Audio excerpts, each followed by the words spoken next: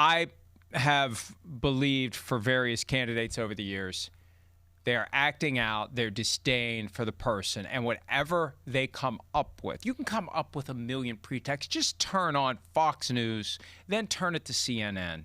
You can come up with a straight-faced reason for anything. That's right. You can defend anything, even if you have to reject reality to do it. You can stand there and do it, and we are well past the point where anyone who does it gets shunned or even called out. You just say it. Terrell Owens, every team he was on couldn't wait to get rid of him. Number one, bullshit. Number one, who cares? Number two, who cares? That I went round and round with Gary Myers about that when Terrell Owens got snubbed. And hey, Terrell Owens is a guy that we had our moments, but you got to be able to say the guy's a first-ballot Hall of Famer. And there's an extra significance to that. Exactly. Oh, he'll eventually get in. So what? He should have gotten in now. He is, Bill Belichick is, Terrell Owens was, Chris Carter was. One of the guys that would go straight to the Deion Sanders upper room that we've kind of unofficially came up with. Because Deion's point a couple of years ago was there's too many in. It shouldn't be this many. Well, the problem is it's always been this many. And there's a category of player that rises above. The mic drop first ballot Hall of Famer, the we don't need to have a discussion Hall of Famer. And I would assume that, because a lot of the voters were alarmed that he didn't get in, I would assume that any conversation more than Bill Belichick next would be a red flag, that people have misgivings. And when it only takes 11 out of 50 no votes to keep him out, I would assume that, whatever the conversation was, however long it lasted, at a certain point, somebody's saying, this is lasting longer than it should. We have other candidates to discuss. Right. We're talking about Bill Belichick here. We're not talking about Steve. We're not talking about Brian.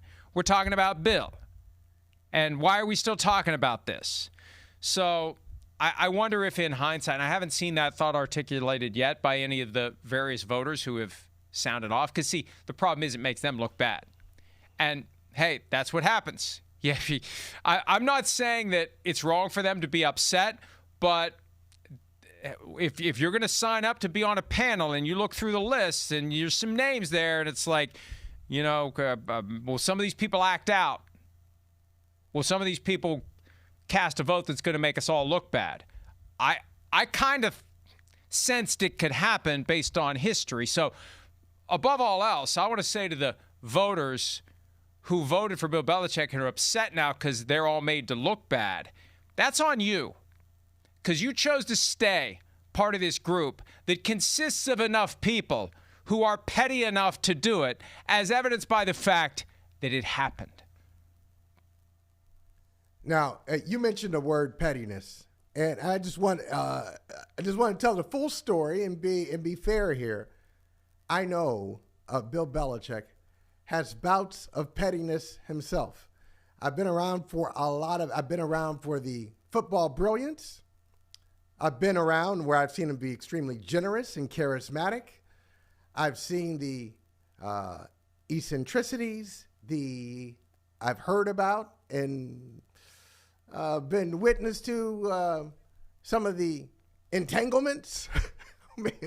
So there are a lot of things. There are a lot of things about Bill Belichick that I've seen over the years. I've written a couple of books about him, one cooperating with him. I mean, I've spent a lot of time with him. Took a road trip with him from Boston to Annapolis when I was driving. That's something. Mike Florio. Wow. I'm driving. And what do you do when Bill Belichick is a backseat driver? Well, that may be the show right there. I'd be like, hey, Bill, quiet down. I got this. Shut up and drink your orange juice. All right. Come on now. No, we're not listening to that. We're going to listen to my music. No, we had a good time, though. We really did. But I understand how some of the people, how some people look at him and say, well, he's a tough personality and I don't like that he did this. And that's why, unlike a lot of people, I saw a lot of people last night tweeting and calling these voters, calling them cowards, and you don't have the guts to stand up. I don't want to smoke them out that way.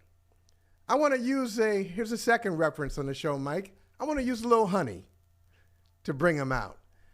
And I'll say, I would love to hear from them just to understand the logic of it, to hear the defense of why you voted against Bill Belichick. And I think that will be helpful because that defense will lead to change in the Pro Football Hall of Fame voting. Because I almost think it's indefensible, but I just want to hear people say it. I want to hear people say, well, I knew he was going to get in the Hall of Fame, and I really want to get Ken Anderson in. Or I want Roger Craig to get in because Roger Craig has been underrated and then overlooked, whatever that is. I think that's illogical, but I want to hear it. And if people want to talk about Deflategate and Spygate, I want to hear them say it so we can look at it and say, that is not your job. You are not the Crown's magistrates. I mean, that's not what you're supposed to do. So I hope in the next day or two we hear from some of the people who decided that a coach with 6 Super Bowl titles, multiple conference championships, multiple division titles, and then factor in his work as a coordinator is not worthy of the Hall of Fame. Hi, it's Mike Florio. Thanks for watching PFT on YouTube. Hit subscribe for the latest news and analysis from Pro Football Talk.